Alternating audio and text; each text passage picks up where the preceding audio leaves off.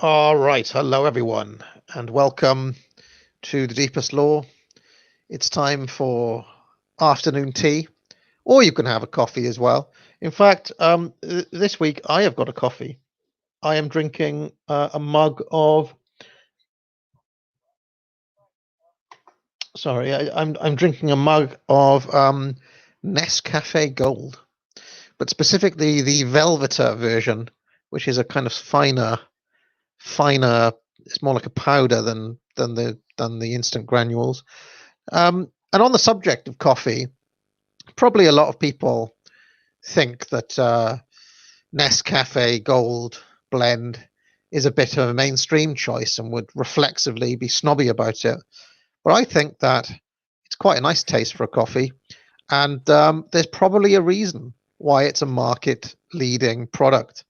And I have the same view about the McDonald's cheeseburger, as I've mentioned before, the standard McDonald's cheeseburger, and indeed about many other products, such as the standard, can of Coca-Cola or or whatever. But pick a market leader. Richmond sausages. That's a market leading product, and there's probably a reason. They got something in their formula right. So it stands to reason that that would be everybody's favorite sausage or coffee or whatever else. But this view in the art world would reflexively be seen as a Philistine view. And people would think, well, that's the same in the culinary world as liking a Michael Bay movie, something like this. Any thoughts on this before we carry on? No, I think that's about right. I think there's like a counter elite perspective where they think the new elite version is to say, oh no, everything is equal and everything is good and it's just whatever you feel, man. And there's a new kind of elitism, and Unfortunately, Rude, people are saying you're a bit too quiet, so we'll have to turn you up a little bit. Let's turn you up a little bit. Cut the okay, is it? music. Yeah, that's better. That's better. That's better. Okay. So now Okay. we can hear the ravishing one speak. Um, Yep. Oh yeah. I'm exa- gyrating as we speak. people can hear you now. We were having a bit of Okay. static before we started, so we turned him down a bit. But there we go. Now, basically, this there's been a feud, a brewing in the world of deepest law art discussion, which is that after we did the first stream on modern art, which was the second episode of this series with Mr. D, um, uh, Rude came into my DMs furious at absolutely furious at the views that John D was touting on that stream. In fact, I'm going to That's directly right. quote. I'm going to directly I was quote what you said. Hold on. I was Uh, banging on the door. I said, "Give me a shot." yeah, exactly. Um, let me just see exactly what you said because it was a few weeks ago. You said, when you're going to have me on the deepest law to rant about art, there is nobody more aggressively snobbish about art who disagrees with John D entirely, who is a total dilettante. Um, so you were basically touting your art credentials, saying that you've done an MFA and that you know much more about art than D, who just seems to be a dabbler in your view. So before we get going, why don't you tell us a bit about why you think that your art credentials are better than the actual artiste, John D, who lives by his art? Well, for one thing, nobody who's an actual artist calls themselves an artiste. But anyway, it's or has have any cringe about it when they use that word. For one thing, it's not. I mean, it's a meme to say that one has an MFA. It's yes, it's a joke, a total joke. Degree, and all that, but it's more that because when you get to that level of institutional understanding about the art world, you really see the reality of it fully exposed to you.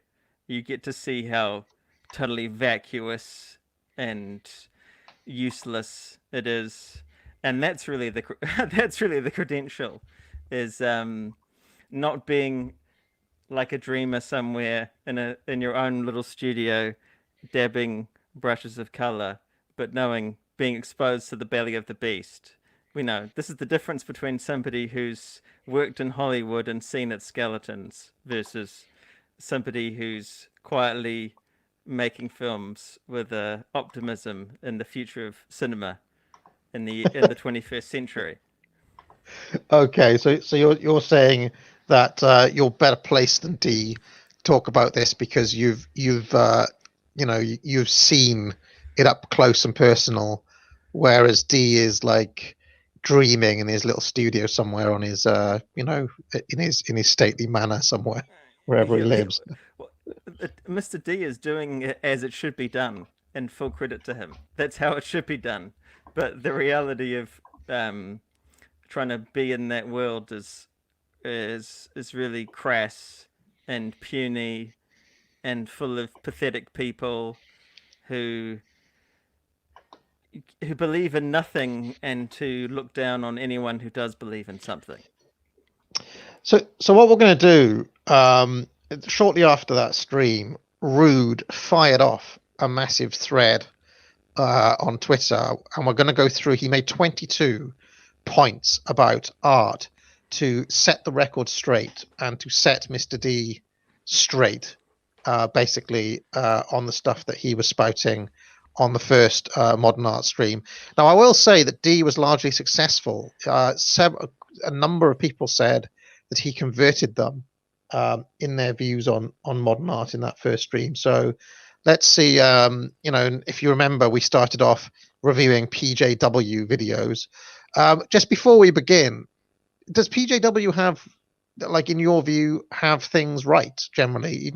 Even though he may be a bit of a philistine, is he basically touching on something true in your view? Completely. It is a con.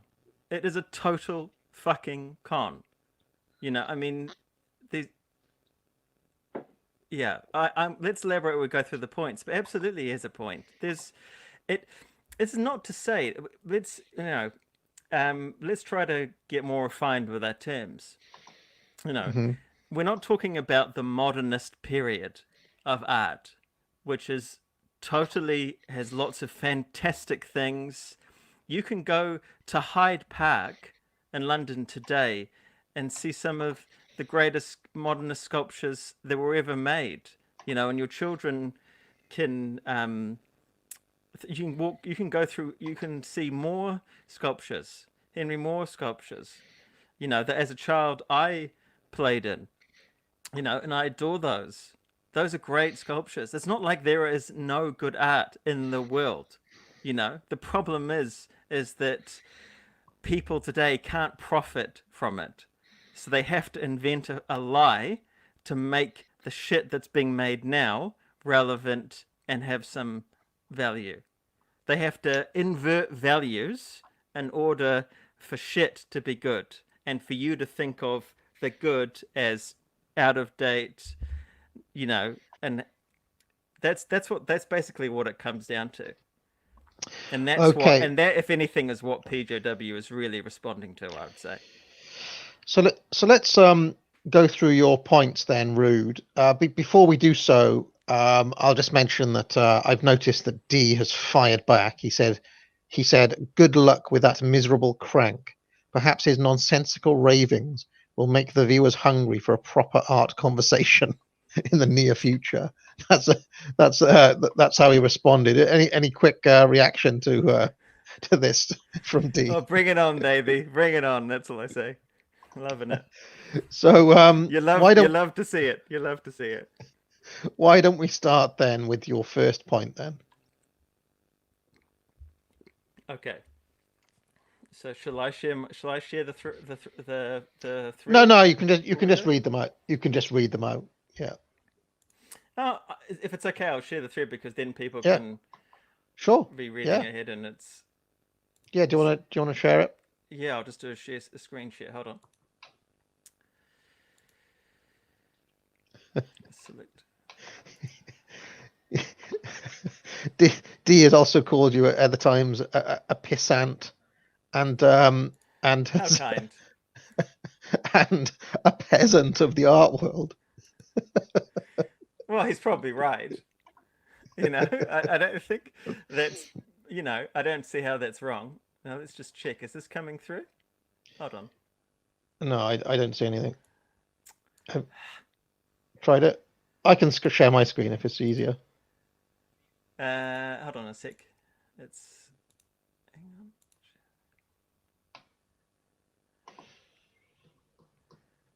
No, I can't see anything. Yeah, it's not. It doesn't want to do it, does it? I'll I'm uh, sorry. I'll sh I'll share mine. Hold on. Okay, so here we go. Here's the thread. It's going to start with your number one. Do you want to read it out? Sure. Okay. Okay. Number one. The real aesthetic currency is time. Things either give you time or rob you of it. Okay, so what is it about? I use the cover painting for today's episode was something by Jackson Pollock. Why is that canvas of splattered paint robbing you of time rather than giving you time, in your view? Okay, this is a really easy one. Because there's a promise that you get told by critics that if you just stare at it long enough, not not as someone joked under the picture probably that D posted, that they're waiting to see the boat come out like a magic image, but that somehow you will be evoked and feel like, say for example, if we look at like the autumn rhythm series of Pollock's works, that somehow this will be evocative of not just the artist's internal state, and like for example Pollock's very cheesy typical tortured artist alcoholic, but also that you'll get a feeling of that equinoxial time of the change of seasons into fall, as Americans call it. But why would you? And at the other level, what painters like and talk about this is the balance of colors and the way that your eye, for example, is constantly moving and then will find a place to settle in the canvas, right? And I'll just share what because this is one that actually John D himself Mm. um, put up. Here you go. Look. Um, so um, I Yeah, mean, this is the canvas in question. yeah. Now I basically trolled this when I saw it, and I said, notice the detail in the bottom right-hand corner compared with the more haphazard and slapdash splatterings on the left. Notice how your eye is drawn to the bottom right. And of course, I was pastiching the sort of responses you were talking about because Mm. clearly zero thought was put into this whatsoever, wasn't it? I mean, I did, don't, Jack, there's did, no. did, did Jackson Pollock like really think about what he was doing in the bottom right versus the top left, or was he just He's literally just splattering paint on a canvas? it was just splattering and drinking and smoking a lot of cigarettes at the same time. Look, it's a question. He how Pollock works is he has the canvas on the floor, right, and he's dribbling the paint. So he'll have like a household can, and he's putting in something. It's not usually not. It's usually wasn't like a brush. It was usually like either. Think it probably started with, if I remember correctly, the the opposite end, like the handle of the paintbrush, and then dripping off like that, and then he changed to using like a metal rod, if I remember correctly, because the paint flows down it better. And this is the sort of thing that everyone who goes to art school has like a fun, sorry, has a fun time playing about and doing like a bit of a Pollock, right? It's so incredibly easy. That's why this is a waste of your time. This is so incredibly easy, right? Yes, has he done it, made so many of these pictures, and probably trashed more than anyone will ever see until he's refined the technique to such a point where he can be doing, like, the idea is that he's doing automatic painting, right? So this is the thing, is he's sort of going to like a trance. It's a Hmm. sort of like this is like the beginning of Pollock is actually in like the late 40s and early 50s. So this is before like it's really the very like Pollock and Barnett Newman and others. They're at the very forefront of like the counterculture that's coming out of the post-war period in the United States. So, but anyway, what's going on with this is just like he is just automatically just like moving over the canvas, and he's in effect drawing himself into a trance where he's deliberately not thinking about it. You know, he's just knowing, he's just keep going, and the trick is to know when to stop, right? Well, Hmm. there are plenty of other artists who work in the same way, who don't produce, you know, an incoherent. The thing is, it's too hard to say that this is a nothing, right? Because it's not. There's a far worse examples of this type of picture, right? But just because he has dribbled paint over so many times, right, and refined his practice and his mode of doing it, doesn't actually make it any more interesting. Doesn't actually make it any more rewarding for you, right? It's more rewarding for him. It's more rewarding for Pollock, right? And it's certainly more rewarding for the person who makes a career out of discovering him and pushing him. But it's not more rewarding for you. And that's all that matters. All that matters is your time as the viewer, not Pollock's time, right? He doesn't need to show. That's the thing. Most people should just not, they should just make their pictures in peace and not bother anyone with them. So a number of pushbacks coming from the chat. First of all, Dangerfield is there saying it's a bit superficial writing off modern art as a con. Without working artists, our aesthetic realm would be dominated by marketing, causing history to be one of the market-based ideas. Um, But he, that's he precisely what it is. That's precisely what it is. Look at the 90s, the shock generation. Who pushed all of that? Saatchi. You know, it's already over, James Sheffield, mate. It's already over. That's all that gets pushed forward. Why is Hearst the king? Right? Because he is slick. He is marketing, right? And it's funny you mention this, right? Because all of this post-war period of these abstract expressionist artists, right? They were all pushed by the CIA, literally by the CIA, as part of the cultural war against the Soviet Union, right? So this is marketing. That's the only reason you hear of it. That's the only reason it was taught in schools to people. You know, so um, it's yeah. Now, there's another chap in the chat called EF Casual saying that the thing is with Pollock, you have to see this in person. You have to go there. And he said, you know, if you saw this painting in real life, it does do something, and you can't get the same impression just looking at it on a screen. What do you say about that? it's absolutely true. But that's true of every single artwork. So that doesn't really. So why is it the things that aren't like this? Why is it the things that are um, depictive, right? Why is it classical paintings can work when reduced to a small scale and looked at on a screen, and this can't? You know why? And You know, so like I would say that that's a representation of the strength of the composition and the ability of the forms to better communicate. Look, I understand what you're saying. I go into the Tate Modern, and I go into the Rothko room.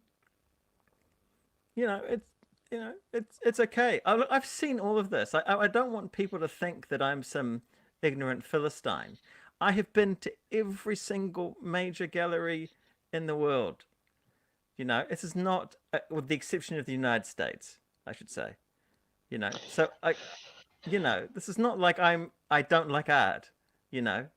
I like it a But lot. is the sensation you're getting there, like, if there's a very large canvas on a wall, even if it's a blank canvas, there's a sensation to it because it's like, Exactly. big, it's Yeah, big. exactly. It's the tactics of billboards. It's the same. There is no difference substantively. The tactics between this. That's why what Warhol does, right, as vapid and cynical as it is, works because it's just the same. That's exactly the effect. You could produce this a similar sort of thing, right? Possibly not as refined, right? But nowadays with an algorithm, right? Truly with AI generative art, and you blow it up to the scale, and you're going to have the same. You're going to have a very similar result, right? The difference, the thing that filters it for you and makes it more revered, is because you've been conditioned to buy into the idea of revering Pollock, right? And thinking that and regarding him as an important artist and as a thing. You've been told this is the modern canon. And the truth is, of course, for people who are in and let's just make this clear. Also, I'm not against modern art. Like I said, I'm not against modern art. I'm a total big fan of the modernists, right? I'm against and I feel like Pollock is in no way like a criminal in the same way that Duchamp is. May he burn in hell, right? It's it's it's it's it's the contemporary artists that I have practically No, no time for. There's always exceptions, of course. There's always no. some exception to the th- rule who's There's good. one. There's one other devil's advocate point I want to make here, which is that earlier on we were talking about the ease of producing a thing like this. That's even I could do it. Someone who's never painted before. If you told me exactly how to pour the paint on the canvas, I could probably, with a Eh, in a day or but whether two, you make. could or couldn't doesn't count. You know what I mean? I don't think you could because you would have to be doing this for years, you know? And why Why? would you do that because the little things you learn about the technique of dribbling the paint, like and stuff, I know it Yeah, sounds pathetic, right? It is pathetic, but it is yeah. true. Like with every craft, practice is involved, you know? No, but the point I wanted to make is, let's just pretend it was okay. Let's just pretend it was easy to produce this. Okay, would Mm. it matter? Because I think I started this stream talking about Nescafe Gold and McDonald's cheeseburger. But in the cut, like, sometimes in cooking, simplicity is best. It doesn't take much to make an omelette, unless you're froggy, of course. But it doesn't take much to make an omelette or something like, I don't know, cheese on toast. But the results, even in the very simplicity of it, the results can still be fantastic. A lot of Italian cooking is like this, letting the ingredients speak for themselves. Why can't Exactly. the Pollock be letting the ingredients, in this case the colors, speak for themselves? That's a really good point. But this is actually not what he's doing, right? That's the excuse that gets made for this, which is I didn't get around to it concisely enough. I'm sorry, but that's how painters like to talk about painting.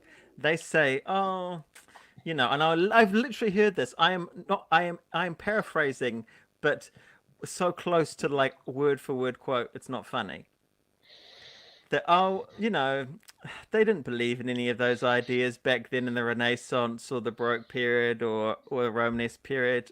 They were just they all they cared about was the painting. They cared about the paint. They cared about the color. They cared about the balance between the colors and the materiality. And really all the other stuff was just like a bit of hucksterism because that's what they could do to get the contract. They literally believe this because because of their thinking is I don't have any ideas, right? So nobody must have any ideas, and it's all just a put on because and the ones who succeeded, Michelangelo succeeded, just because he was the best at being able to depict uh, the themes of the Last Judgment, right? He really didn't care about any of these ideas. He was really just interested in the paint. What a total fucking lie. Let's move on to your next point, because there's all 22 of these. So yeah, why didn't you say that? Okay. Okay. You like shit, useless art because you are morally and intellectually useless. Right. Now, when you're saying you there, do you mean the artiste John D, or do you mean like you in general? I don't mean anyone in specific, and I mean I'm really talking to those bullshit artists who are still bullshitting and staying in the contemporary art world. I definitely don't mean Mr. D. As much as this WWE type feud is cool, and I'm happy to play the role of the heel, and I have no problem people booing me. It's just that it's not about that. It's just saying that people make excuses for crap because they are crap. The reason they can't see, the reason they have such low expectations and low standards for things is because their expectations is low, because they can't see more into it. The reason, like the person I was just like paraphrasing was look up, look up an artist called Judy Miller, Judy Judy Miller. Millar painter, right? Oh, No. AR. Judy Miller, a New Zealand artist. Okay, yeah. Yeah. To look at some of her pictures, right?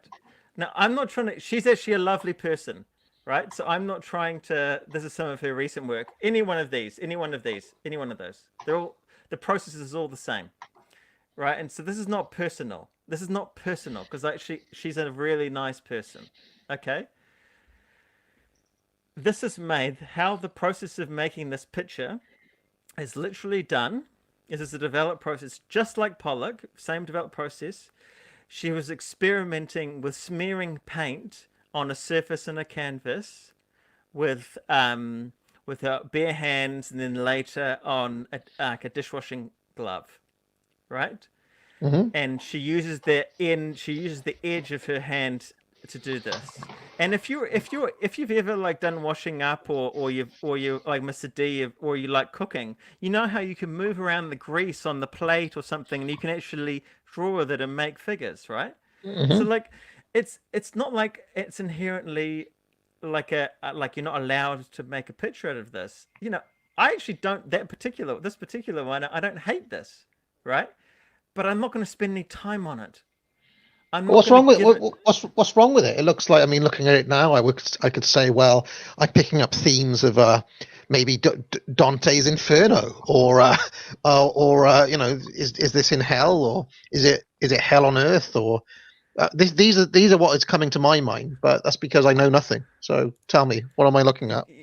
You're not, well, intrinsically you're not necessarily looking at anything. I'm not sure exactly what the name of this work is, right? But that would be used as a clue, as a way of finding a way in. But my point is that she doesn't believe that there's anything exists but like mark on a canvas, or color, and she doesn't think there's anything else exists on the paint. Well, of course she's going to make pictures that don't depict anything, because she doesn't believe that anything else exists, and that no painters ever have. But there's people in the chat saying, I see a ship burning into the ocean. Maybe it's a metaphor for the ashes of Western civilization.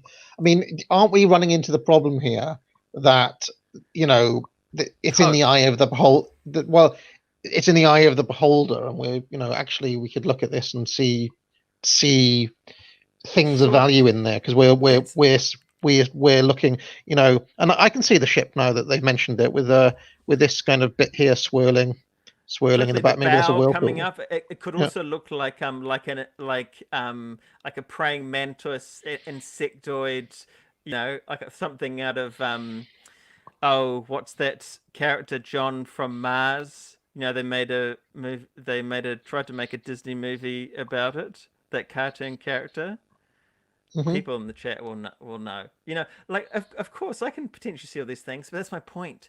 It's using my time. It's reliant on my imagination to supply, right? It's not giving it. But That's the some point. somebody saying here uh, says Rood needs to have his paintings spell out a precise message, or it's not inspiring. Not at all. Not at all. But it needs to be something there. It needs to not just be relying on your investing. Let's. It's funny you say Dante's Inferno. I thought if we ran through these fast enough, I was going to go through Hmm. some great. Hang on, let me find you a link of something nice. Let's give you something that's really interesting. That's art. Okay. That's illustrated.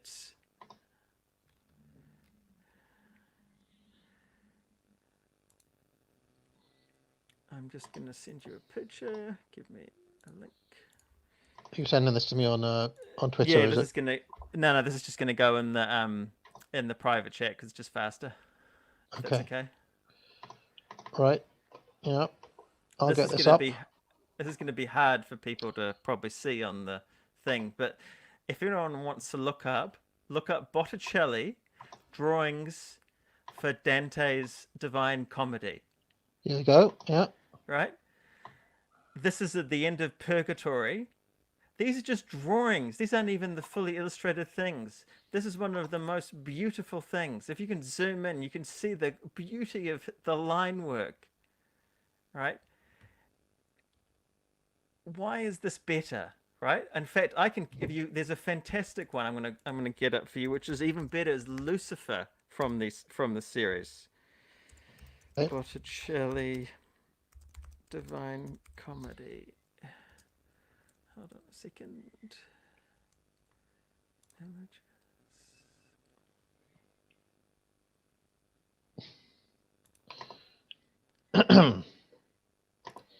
Yep. Hold on. No, we don't want Pinterest. Hold on a sec.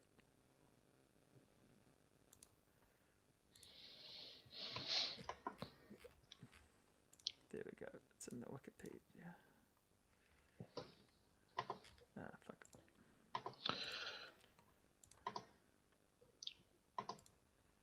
I'm continuing to look at. There we go. Somebody Just says sent that it. the second one is 1 million times better, 1 billion times better. They said. So you've won Yeah. some people over. Well, it's because Uh, it's true. but I mean, if Hold John on. if John D was here, he'd just be saying, "Yeah, of course." But that's because you're comparing Botticelli to some random artist from New Zealand. Yeah, but then why waste time with some random artist when you have Botticelli? That's my point. That's my whole point. It's the same thing. I've sent you the Lucifer. Okay. That's look at this. This is now zoom into that. Like press Control Plus. You'll be able to zoom in more. Um, yeah. Yeah. Look at this. This is like look at the gorgeousness of this, and also you can get this by the way as a fantastic book of the complete drawings of this. It's available in hardcover. It's a knockout. It's worth every penny, especially if you like Botticelli. I can imagine some people, and I'm not trying to be disrespectful to Botticelli or you or anybody else here, but I can imagine some people saying, "Well, yeah, but I've seen D&D art better than that. What's the difference between this and D&D fourth edition monster manual?" They would say. I think that's a really fair point.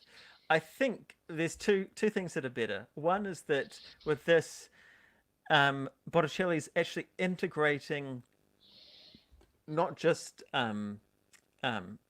Dante, right, but the entirety of like Christian and European pagan symbolism right? So this is really deep and rich image, right? In addition, I'm sorry, I've seen a lot of D&D and it ain't as good as this. It ain't as interesting. Look at the turn of the wheel.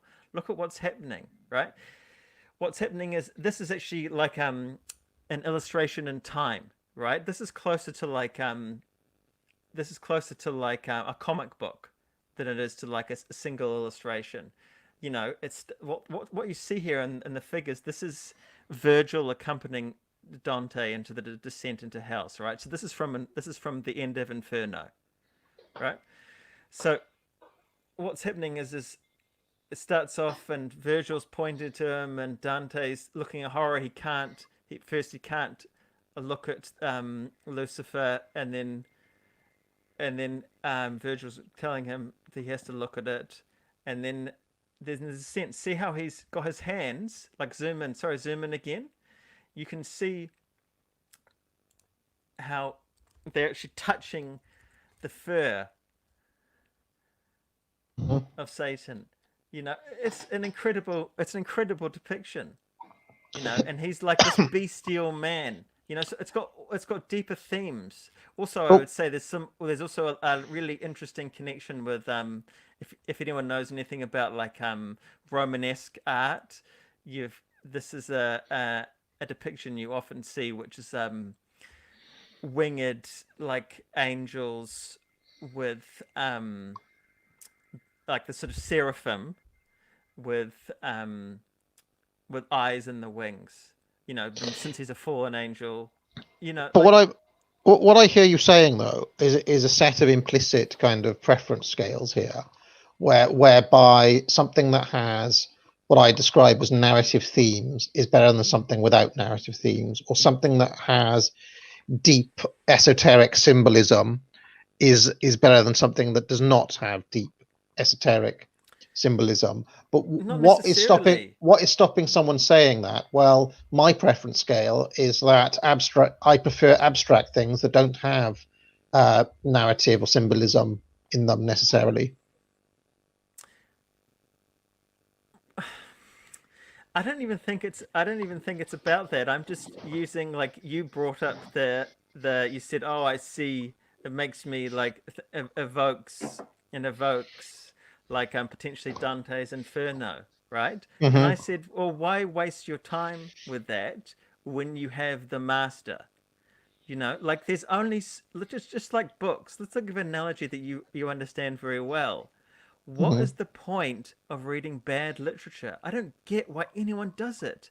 You cannot live long enough to read all the great books unless you stopped and did, maybe did nothing. You know, you have to. Why would you waste time on crap when you can concentrate and read the good? You know, like why bother? You know, which is going to enrich you? This is my point. What is going to give you the most benefit, right? What is going to enrich you the most? You know, is it reading Zadie Smith? And actually, she's not the worst example. Who's that? Like Ordinary People. Who's that novelist? Oh, I can't remember. Sally, whatever her name is. Why would you waste time with that? You know, you can read Stendhal. You know, you can But what? read Red and the Black. But it could there could be someone whose preference scale prefers Then they have shit those new. taste. I'm sorry.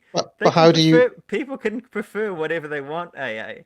You know, it doesn't make it good. That's fine. Everyone can do whatever they like. I'm not running and nor would I seek to run a totalitarian dictatorship. But if I was running a totalitarian dictatorship, I wouldn't be, I wouldn't be teaching crap and normalizing it as being good. Just the same way I wouldn't be teaching Stormzy in school, next to Shakespeare. That is a waste of time. That is stealing people's children's time, right? Their education could go to them learning math. Their education could go to them learning Dante. And look, I'm not trying, please don't think that I think that everything that comes out of the classical world is great, you know? Not at all. Let's look at Dante, for example. I think La Vita Nuova is like saccharine drivel. Why didn't he just sack up and talk to her? Did you know what I mean? Like it's it's almost unbearable, right? All he, so it's not like I have this idea that old good, new bad. No, just we have time has washed away, right? Most of the crap, right? There will always be things that human beings miss, right? Bark was ignored for centuries, right? It has nothing to do with it. But given that you have it, you have the palate, you have all of these things, these choices, right? Why not choose the good? Why not choose what is going to enrich you the most? That is my argument. In a nutshell, that is my argument. And it is true what I'm saying. Things, all the only currency that really exists when it comes to things are things that you give your time to. All the currency you have in your life is time, right? Things either give you time or they steal it from you, right? By either getting you to put something in or by having illusions, right? Like through advertising or whatever. No, don't do this. So let's have a look at your third point, which is about Duchamp. You say Duchamp is not an artist. He was a spiritual aesthetic criminal. What he did was aesthetic subversion and demoralization, and he had no artistic desire whatsoever. And I believe Dee has been linking a few Duchamp's pieces of late. Let me just Oh my find. gosh. Please don't This tell me he actually has.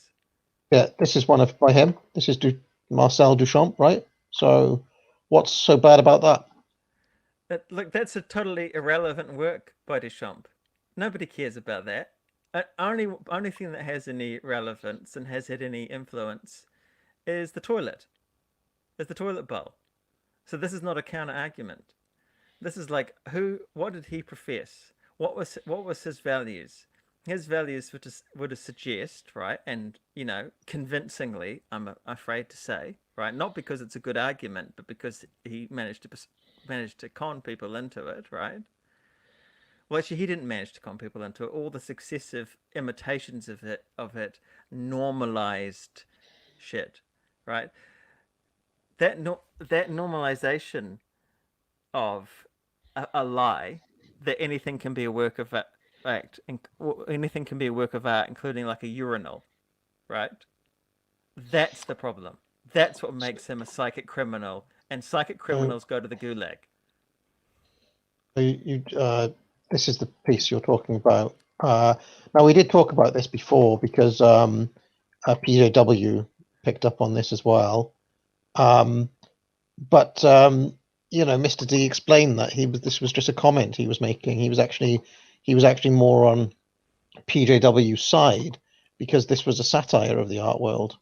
This was what do you say about that argument that he is actually making the same point, that this is a bit of a con and making fun of that. So does that not excuse it?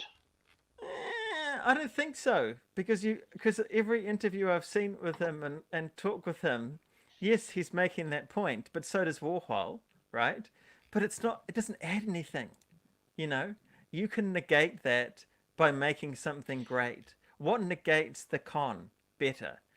You know, um, the rape of Prosperina by Bernini or this urinal. Again, what gives you time? What takes your time? It's a weak idea. What a waste of But time. I mean, what about this one? I mean, this looks like it's got some interesting things going on. That we Eh, we see here the kind of wheel of a penny farthing or a large pram. We see there's some sort of smoke thing emanating from that with a little kind of Monty Python-esque finger pointing, and it yeah, yeah. goes to The old, which they took from the old signs of the time. They didn't have yeah, arrows. They had because people didn't yeah, know about arrows. They knew and then about we've got hands pointing, and then we've got what looks like a like an kind of abacus, sort of, or right? Like well, I it's would say this is like a kite with bits of oh, flags on it or something like that, and then all of these textiles going back, and there's a little eye wee right in the middle of it, wow, and then there seems whoa, to be a crack in the fabric of time and space, base. and what we're looking at here is is the breakdown of Western metaphysics following Nietzsche. Cool. No, no. Yeah, couldn't. Yeah, but again, couldn't you just have a conversation about that? But Like, well, it's a and you would well, actually this. concretely actually and get to that. I just no, But this. you're reading that into that. Okay, Yeah. great. And But what's wrong with what I'm saying is I wouldn't have been thinking about these things had it not been evoked in me not. by Duchamp here. And now I'm and now I'm and now I'm thinking, yeah.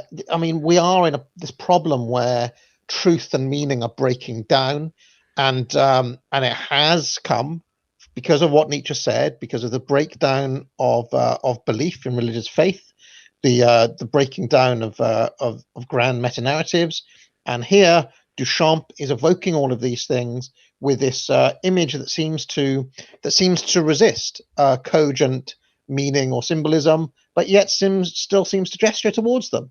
What's wrong? I mean, No. Let me no. rephrase. Let's like just negate that. How can you say, "Oh, I would never have thought about Nietzsche and the breakdown of society"?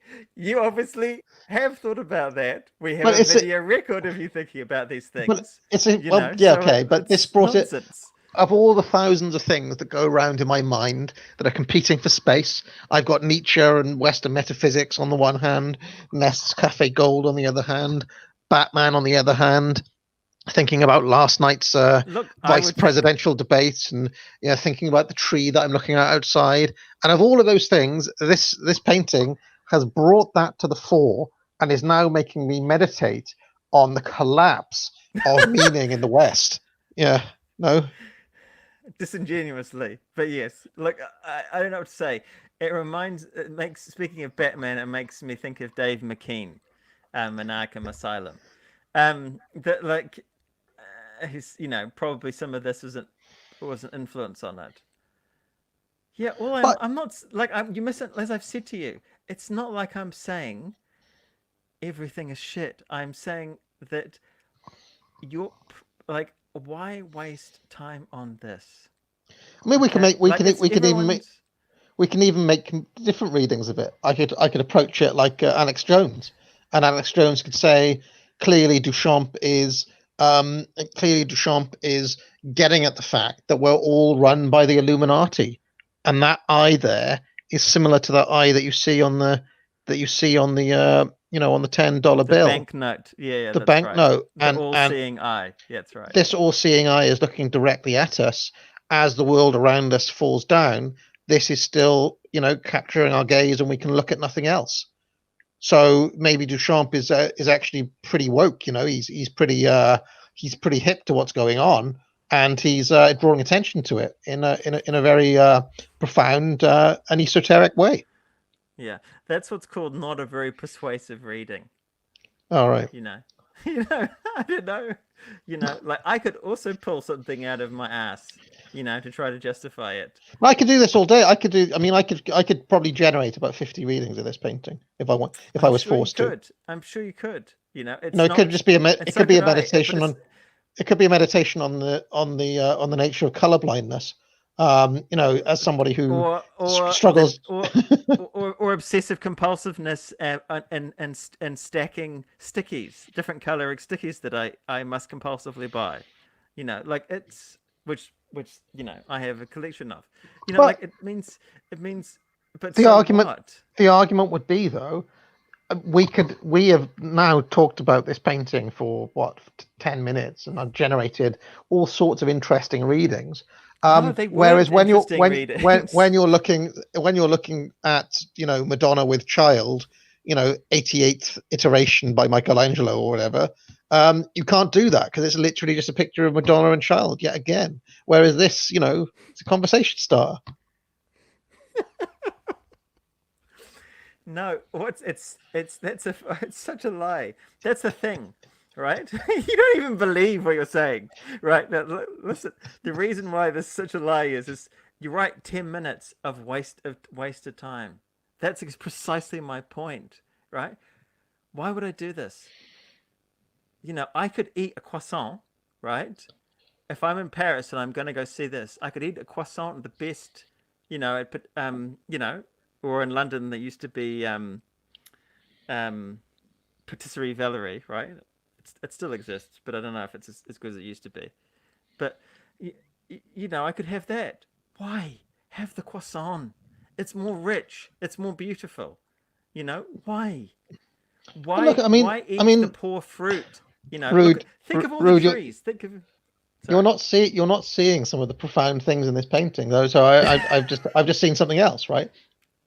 Look, the finger is pointing towards what appears to be a kind of fallen hat stand or something like this here in the back. Can you Yeah, see the kind of fallen? or it could be like, it looks like a semaphore of like a musical note. There's all sorts It's of some, things that it looks like. but all of this over here is a distraction. It's a distraction because the really disturbing thing happening is this crack in the fabric of the universe, this crack of relativism, this crack of people no longer believing in one single unified objective truth, and yet our directions are being, we're being asked to look at this, and so we are being distracted from what's really going on by the likes You of know, this sinister finger.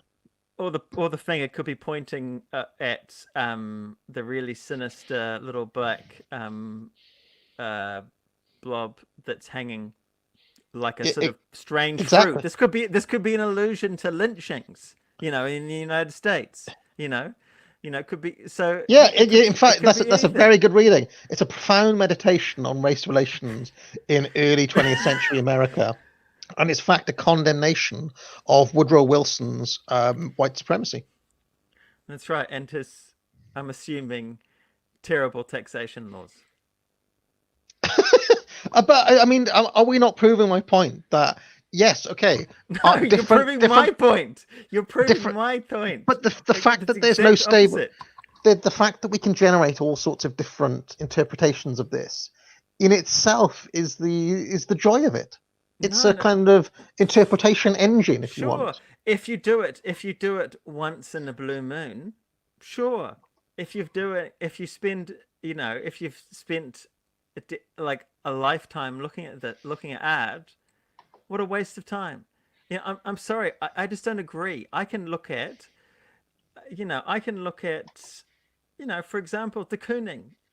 I could look at this and I could potentially get more out of it. But it's okay. De Kooning is okay. I don't really have a problem with de Kooning, right? Well, okay, well, The all right, problem with it, if I had a problem hold with it, on, it's about ugliness. hold on, though, Rude. Right, now we just looked at that Duchamp, and it had lots of stuff going on, and I gave at least 10 amazing readings of it, and you gave a You didn't couple do as well. 10. It was about 5. All But right, well, I could come up with anyway, 5 more. Okay, I'm sure you now, could. right, what has this got over that? Why? How can you get on board with this but not that? I don't. He misunderstand. Like I'm not gonna do like a spluttering moment. Here's the thing.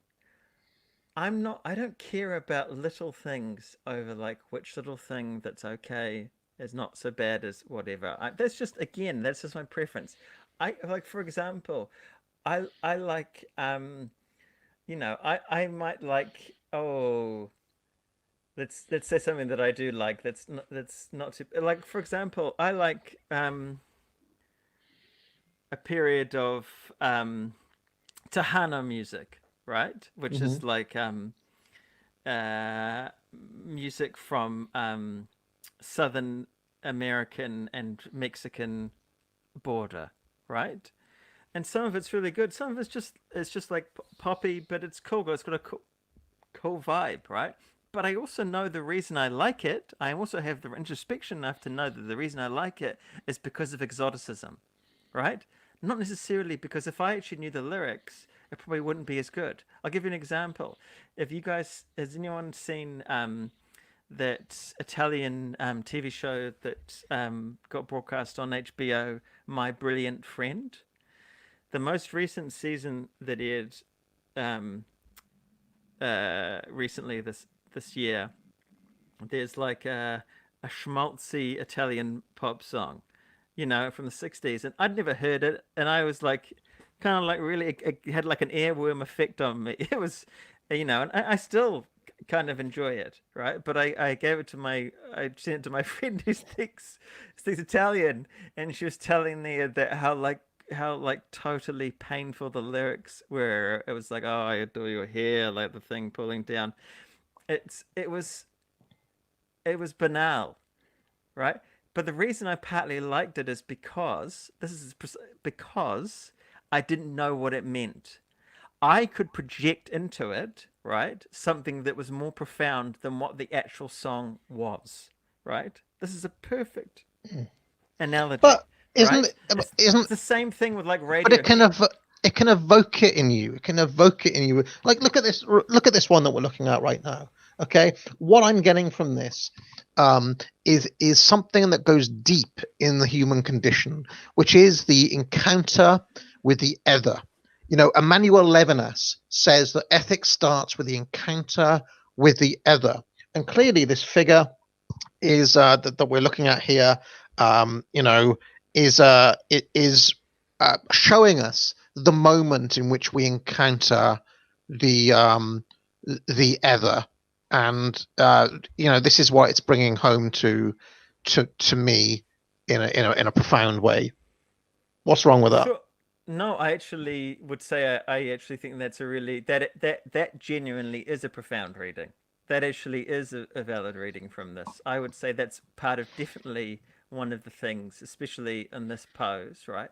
Which is de Kooning's in a way making you like not believe your fooling eyes. Like perhaps this is a beautiful woman that's sitting to him, but he's trying to depict not necessarily like what's inside or whatever he can't see, but he's trying to constantly perhaps remind his eye of how alien this person is to him because he doesn't actually know them, or But it doesn't sugar. perhaps it's a loved one. Yeah, it doesn't sugarcoat it. That's interesting. That is actually interesting, It, right? but not only it doesn't sugarcoat it, it brings home the horror of the other, which is a Yes. genuine thing that we still Yeah. struggle with today. Even now in 2020, you could say, well, this is something that human beings have not been able to get over, no matter how much people try to accentuate what is similar between people, or how much people try to give us slogans to believe otherwise. Actually, when push comes to shove, you're face to face with this basically demonic figure, and we don't know what to do with it, and it scares us. It scares us to the bone marrow, and this makes this Kooning painting a masterpiece. I should be an art But critic. I'm you joking. should, because that's the But as I said, I have a lot more time for this than I do the other. Because here's the thing: you and I can agree about that interpretation. It actually is being brought forth by the work, right? We're not having to make shit up in order to justify it, right? The work itself is suggesting that reading, right? That's why what you said but resonates now and is a but valid now I've reading. just The fact that you and I agree about it, right, yeah gives more legitimacy to that reading, but now right? I've just spotted something else rude as well. I can't, looking at it more closely, and now that I've spent time, and I've spent 10 minutes on it. Now you could say that's taking time or it's giving time, but I mean, you can't help but notice that these are two rather large breasts here. But now I've noticed that it seems to be cradling something, and maybe this here is a baby. So we're actually looking at not only an encounter with the other, as I was talking about, but this seems to be a mother with child. Um, and this, now that I've spotted that it's a mother with child, maybe some of my more maybe now we think, well, we can see this with a different pair of eyes. It's a more sympathetic creature than a threat. So that is now, again, talking about something in the human condition. Now that initial reaction is being softened, um, that we think of it as a mother with child, and we think, oh well, may, maybe I want, maybe I want, maybe I'm want to be friends with her now because of our natural instincts to protect women and children, something like this. I don't know. Or it could be a communication of de Kooning's latent homosexuality. That he has no interest in children. You know, so like I think, I mean, not all gays are like this. That's not what I mean. I'm just trying to say that, like, I would say, if anything, it's more to your point, more to the trenchant idea, the idea that has substance, is the horror of the other, of another person. And even that what makes this so terrifying is when it's an intimate, right? When it's like someone that you actually love and care for, and on whom you depend, that can make that line of unknowability. That's precisely what can make it terrifying and horrifying. No, somebody just spotted a bird on the left-hand side, which is now making me think that this might be a pirate. Hey, it could be. It's a transvest. It's a transsexual pirate with a bandana. Yeah, so totally. Oh, all right. Let's have another look at. Let's have another look. The children of Duchamp are also spiritual aesthetic criminals. Spiritual aesthetic criminals must be sent to the gulag. If you do not stop spiritual aesthetic criminals, your culture will collapse. Why don't you tell me about this? How are these masterpieces that D is painting here? How are these masterpieces that D has posted going to bring about the collapse of Western civilization? Well, look, hey, let's not choose this one, because this guy is not all bad. So let's just keep it to, look, for number one, the children of Duchamp is not every single artist that came after him. Well, let's leave it with Duchamp. Let's leave it with Duchamp himself, right? No, let's look at Hirst, right? Let's actually look at who, let's look at Damien. Let's look at Tracy Emin. Look, come on. Like, it's a bit harder when you're saying, I don't mean, right? And I'm fine with things being provocative, right? But I don't mean every single person who's made art after the year 1912. So this is not what I mean. Okay, so let's look at the Damien. I mean, what's wrong with this though? I mean, this is this to me automatically. I'm saying, well, we live in a commodified world. This is what's happening to cows everywhere, and yet we still take part in this process of commodification to the extent where we're actually not only happy to see this cow be encased in this way, but we're actually happy to go and see this as art, and we make peace with that. So a confrontation with this cow is a confrontation with the demon in ourselves. And that's not with the demon in ourselves. You're drifting. What you first said is trenchant. Okay. Like it is about the commodification of things, and about cattle, and about like how we use them in slaughter, and also it's about how the aestheticization of horrors, right, makes them bearable, and allows us to ignore them. It allows us to not deal with the potential cruelty of, for example, having animals that we eat. So the problem with Hirst, right, isn't that he's never had an idea, right? He has. The problem is that he dilutes it so incredibly by pumping out the same idea again and again and again and again and again and again and again and again and again and again and again and again and again and again and again and again and again, right? But when this first came out, this and say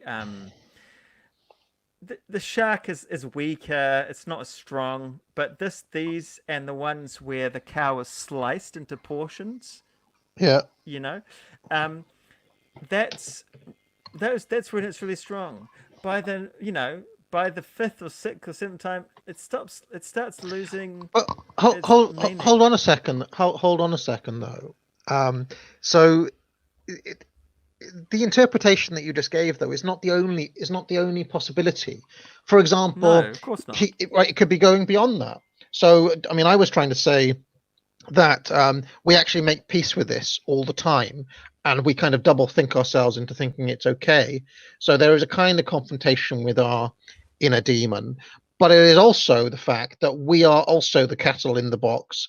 We are cattle too, and so we all take part in this process of looking at the cow in the box because we are the cows too. Something like this. Uh, Yeah, I mean that's that reading. I think that reading, I buy that reading because for example, the white frame of the boxes, and you're sitting in a white gallery space. So yeah, I buy that. right, and so but and what happens in the process of commodification? You do it again, and you do it again, and you do it again, and you do it again. So you could say, well, his whole career is making a comment on that, and you could say, well, yeah, Andy Warhol did it first, but Yep. he could be comment. He could just be saying, well, I'm still making the same comment over and over again until people get this. Yeah. Okay. It's boring. Who cares? I just don't understand. Yes, you're right. It. Anyone can do whatever the fuck they want, right? That's not my. That's not even slightly my my basis. My point is that there is a moral value to all these things, right? And I'm not even talking about what This I'm sure this cow died fine. He bought it rather than it being going to from what I understand, rather than it going to slaughter. So he didn't do anything different than you or me buying a steak or something, right? So he's no more guilty of Mm-hmm. any indecency than we are when we go out to eat. Um, but it's not that. It's shit. I need to piss, so it's getting in the way of my being able to think at this moment. But Well, look, this it's is called that the. It is. there's a moral dimension to the way that you use and abuse people's time and control their attention and what you value or don't value. Right. For example, this is a reference to this makes me think of like Magritte, right? As much as It's called. anything. It's called the pursuit of oblivion, Mm. and that's you. We're looking at you, just an empty coat with an umbrella for a head, sitting in that abattoir, looking forward to your next steak. That's all of us. Mm. Something like this. Yeah. What about okay? And what and great. No, but it's true. That's look. He had a very fertile period. There's this period and the beginning of the medicine cabinets, right, where he's got pills that are arranged, you know, But and this was then meant to be the great villain. What's wrong? He's making. We're still looking at he was. interesting things, aren't we? We're. No, the point is why again. I maybe it's just me. Perhaps it is just me.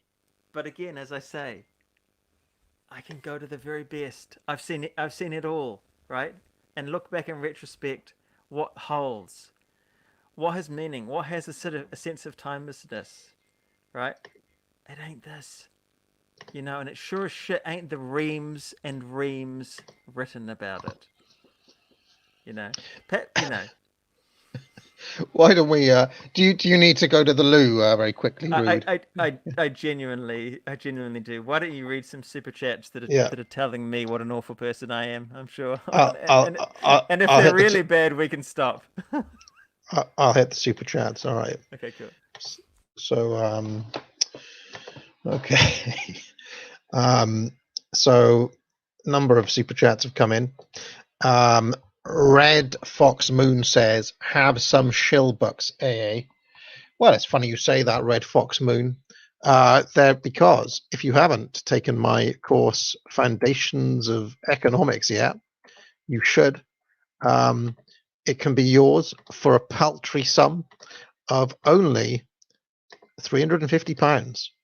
It's a fantastic course. You'll learn everything you ever need to know about, or everything you'll need to know how to think like an economist. I break down the fundamental concepts. I ask, first principle questions like what even is economics, and then we build it up. Looking first at the Robinson Crusoe one-person economy, then exchange, then introduce money, then we look at prices, then I look at the notion of time and how time is a constant factor in human relations.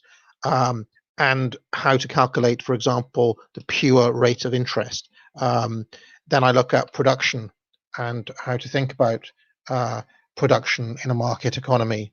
Then I spend a whole lecture on the nature of cost, much misunderstood concept in economic terms that has done much damage in economic theory. I explain how Ricardo and Smith and people like this were very wrong about cost, but not only them, people like Milton Friedman and George Stigler too. And then finally, I look at uncertainty, entrepreneurship, and the nature of profit. Again, all concepts that are fundamentally misunderstood by the sorts of people who write books on economics from Harvard. So buy my course, Foundations of Economics. Rudy, you back yet? No.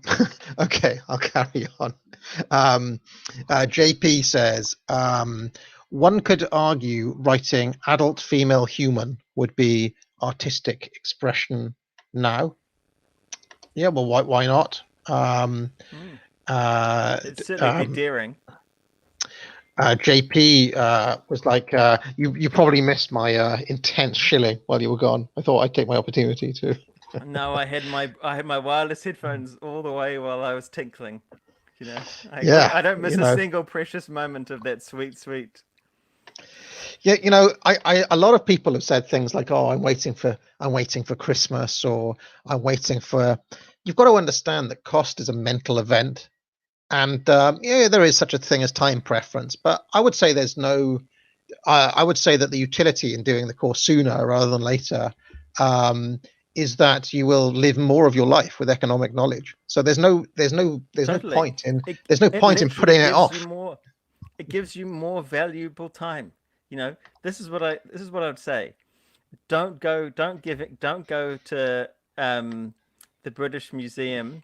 Okay, you can go to the British Museum for free, but don't go to any art exhibition or museum for 2 years that you have to pay for. Boom, there you go. You're covered. AA's exactly. Program. This is what I'm telling you to do. There are better uses of your time. Learn something. And indeed, the fact of the matter is that because cost is a mental event, if you really want to do the course and you give the £350 in exchange, you actually make a profit because you wanted the course more than the £350. Whereas if you don't, you want the £350 more than the course. But if that is the case, ask, well, what are you going to do with that £350? What, buy pot noodles? Fritter it away. Yeah, fritter it away on Charlie Bingham meals. Totally. And look, here's the thing: you will understand the totality the value of the principle AA is telling you if you take his course just for a measly £350. Exactly. Okay, so let's. I'm going to spend my money on it. Are you? Exactly. Well, exactly. Yeah. And so JP says these things are like mirrors and not traditional art. This is still valid. What do you say about that? No, I think that absolutely is true. But again, if thinking about that, look up Manet. I'm sorry, I can't, guys. I did have like a whole bunch of tabs of art to share, but because it's Manet, yeah. Manet. Any specific painting by him? Yeah. It's we want the one at the bar. Okay, so a bar at the. Yeah, I've got it. Yeah, that's right. A bar at the Folies Bergère. Yeah, here she is. Folies Bergère. Let's get it up. Yep. So there you go, screen, partner. Okay. Cool. Yeah. Oh, yeah. A mirror is precisely what Manet does so well, and also you could look at Velázquez for the same. Do you know what I like about? By the way, it's not Velázquez. By the way, he's a Spanish painter, not. I mean, I could be actually. I sound like a total asshole right now, so it probably means I'm wrong. But he's not from South America. He's from Spain, so it's supposed to be. Do you know what I like about this painting? What? It is the default assumption that the person looking at it would look like this man here. See him in the top right. That this would Totally. be the typical customer, and that this by inference this is you. So Exactly. there is what feminists would call a default male gaze here, Yeah, because but for the that's meant to be us. times, Yeah. total nonsense reading. That's why feminists are dumb. What this is saying, it's asking you step into the shoes of that position, right? So even if you're another woman, right? So if you're a woman, you step into this, you're feeling like, oh shit, am I? There's a power dynamic going on here. What's all of the things that they want to read into it. That's what makes this interesting, because you step into that position of But that. what's the And difference? look how What's the clever this difference, is. Rude? What's the difference, Rude, between this and what we were doing with the Deschamps and what we were doing with the? Because this actually is about optics. This actually is about a mirror, right? Look at what it's doing. Look at the angle of the mirror. It's doing. Look at how we're actually. It's almost like our point of view is not the point of view of the reflection, right? He's cheating. Like the mirror that he's doing, it's impossible. There's no way that you could actually get that reflection, right? So what this, and also there's all sorts of other things. Look, if you talk just at the level of form, look at the gorgeousness of the tonality, right? Look at the expression. You have all the things you could read into all sorts of things like this. Like, for example, the back of the people in the crowd, right? You could make up a whole story about what's going on in their head, and this person here is But thinking this or what's whatever. You could Rude? invent all these things, but But Rude, why when you have it as well? what's the difference between your fanfic there and my fanfic here? I made all sorts of interesting readings of this, which were no less interesting than the stories you could tell about the people in this bar. Yeah, but that's my point. I don't do the fanfic for either, right? I just let the work work. And this is why this one is better. Because it doesn't I'm not like inventing a fan fiction. The work is actually there, right? There actually is a person. When you stand in front of this painting, it has that strange optical effect on you. It is actually doing it, right? That's why, even though it's not that profound, op art is often is more interesting than Duchamp. That's my whole point. It's the actual work. It's actually doing it. But this did it. Not This did it. Look at the I mean, No, all of the you did things that. it. You Oh, did it. but what's the? I mean, okay. Looking at this, and I'm not even messing around here. I could say, well, okay, this is a bar, probably in Paris, and okay, we have to. Okay, so there's a sense of atmosphere and so on. But then we start kind of drifting, and I think, well, is this guy happy over here with this woman? Are these two happy with each other? His gaze seems to be drifting, and what's he looking? Is he looking at that barmaid and thinking, maybe I wish I was with her instead? Um, she's probably looking at some trapeze act of over here. These two are there they don't really want to be there, but they're there to be seen, because clearly this is some like place to be. So there's all sorts of things we can do, but it's absolutely no different from me talking about this being the decline of Western metaphysics, and this being about a slice of life, holding up a mirror to Parisian society. I just don't know the But they're difference both between those two boring. things. They're both boring. That's the fanfic for either side is boring. You know Why though? that because it's interesting to your individual tastes, right? But it's I don't find it's not profound, right? It's the effect of the picture on you in person. I encourage everyone to go to Paris and actually see Manet in the flesh, right? As someone said But, in I Jackson mean, Pollock, right? yeah, He is a great, great artist. we could do more interesting readings. So rather than speculating on whether these people, like, why are these people here, we But could we say, don't well, need to. it's a But I it's a meditation on the nature of perspective, and the fact that everybody's perspective is a little bit different. So looking in a mirror for one person may be different from, it could be doing like a Rashomon. You could be like, oh, well, everybody sees things slightly differently. This is a different Sure, idea now. that's a slightly more interesting idea, but it's not necessary. The point is, I don't have to do a reading for this to be a good painting. Why not? That's why. Because it is. Because there is. Because it depicts. Because it grabs the eye. It has all sorts of things that make it fascinating in and of itself. But Right? what? Okay, But sure. Maybe on you what's like the squares. You like the squares. And in the end, it's not interesting. It has no connection with humanity and the things that are going on. Why are people so fascinating? That's why the de Kooning is better than that Duchamp, right? Because it has a resonance for us, right? All the things that we were talking about that about that like the horror of the other, right?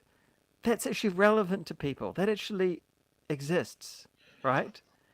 The squares, the scribble of Pollock, But you some know, people might. I mean, some. I can imagine some people, some North FC type character, saying, "Well, hold on a second. When you really start to look at this, well, what the hell's that? If we zoom in, oh, that's just a like, all right, that's not very good, yeah, is it? That's just a couple of smudges yeah, on a. yeah, There's the look at barest those impression.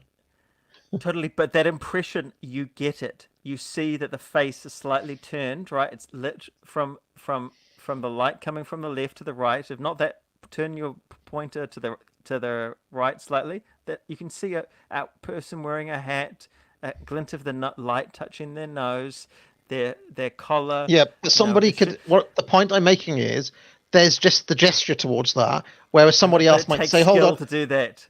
hold on a second though." Somebody could say, look at this one I've done where each of these things is really detailed, like Disney's Pinocchio or something, where the shadows in the background and each individual toy has got detail. Yeah, That those are pisses all those over are Manet. incredible works. Those are But you could, incredible. what I'm trying to say is, judged by that standard, Pinocchio is better than Manet.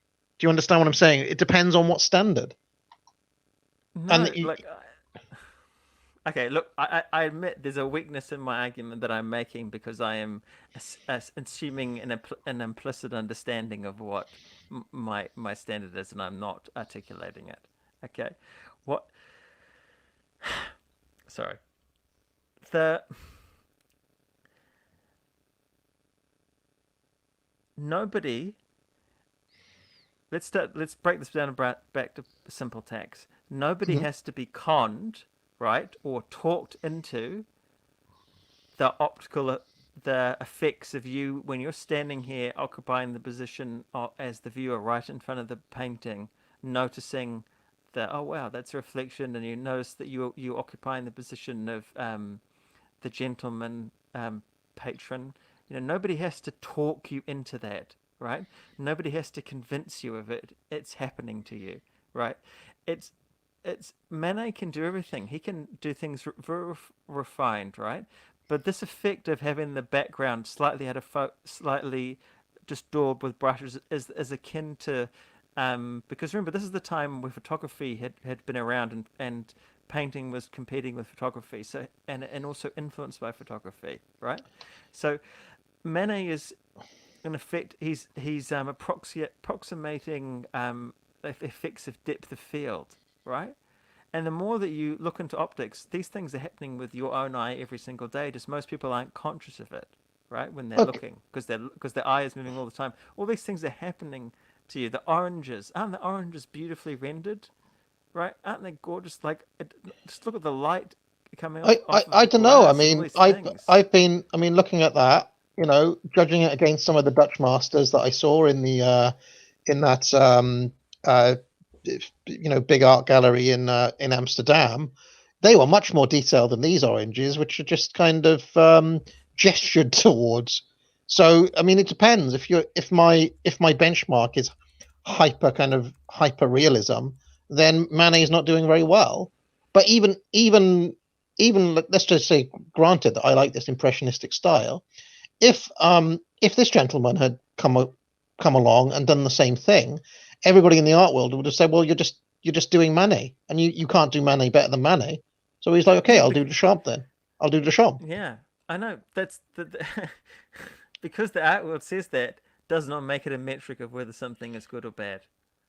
You know, it's the enticement of the new, right? The shock of the new burns itself out, right? And there's nothing left, and you realize there's nothing that survives. There's nothing that stands But up I can after also this. I So can I'm also imagine readings though. I can also imagine people coming at this. Let's just imagine an extremely hardcore Puritan coming at this, and they'd say, well, actually, this painting in itself is degenerate and immoral because it is normalizing drinking culture, and we shouldn't drink because it leads to moral degeneration. So actually, what he's doing here, he's glorifying alcoholism and bar culture, and he is making it seem glamorous when in fact it's nothing but tawdry filth. What do you think of that no, reading? this is not this is nothing about this picture that is a glamorization. It's that's why this work is good because it's not simplistic like that. It is It's not not. it's not It's glamorizing. not. No, not at all. Look at her. You get what makes this work so good is like as you can see now when you're zoomed in is that you get a sense of the personality of it. You also get just look at his brushwork. You just get like a little hint of the reflections of light I on mean, her individual strands of hair. You there's a know, bit of like sadness. this is There's a bit of sadness in her. yeah. This is an incredibly good painting. This is one of the best paintings in the world that has ever been made. Right? This is great.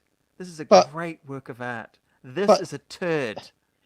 people would say That's in a Europe, turd. but we had just as interesting a conversation about this one as we did about this No, we one. didn't.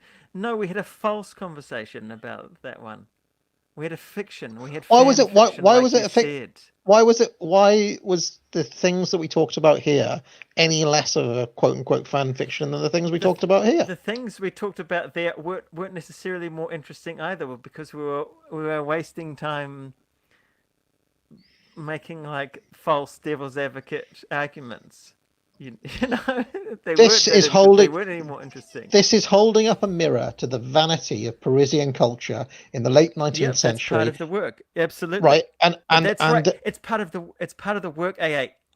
You don't have to persuade anyone of it. Everyone looking at it gets but can in the same buy way, that reading. this is holding up a mirror to the No, it fact isn't. to the fact that this world, which was already in full degeneration, led to this world where meaning is breaking apart after Nietzsche.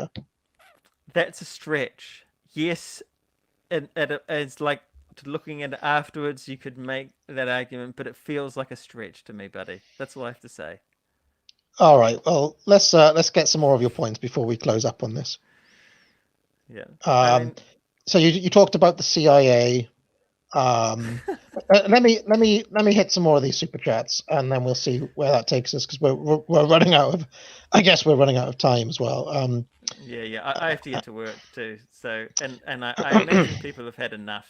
You know, most people have had enough of me within a few minutes. So. JP says what makes these lines, and he was talking about the Botticelli drawings that you were showing. What makes those lines more impressive than the lines made with the tea bags by the New Zealand artist? Um, it's not tea bags. But I understand what you're saying. Well, at this point, if you can't feel it and see it, I don't know what to say. You know, one is deliberate and depictive of forms, right? And beautifully, and it's engaging and fixating, right? The other is only on the surface. There's nothing else more going on. You know, I've seen these works that Miller has been making for it's actually about no, not 20 years, about 15 years. That particular type of work. Yeah, maybe a little bit more. But it's they're all the same. Every picture is exactly the same. There's nothing more there. It's just surface. And this is literally the context that everyone can make it. Like as I said, Or when what you've about the got Madonna the and same Child, thing. the endless Madonna and Child? It's all just.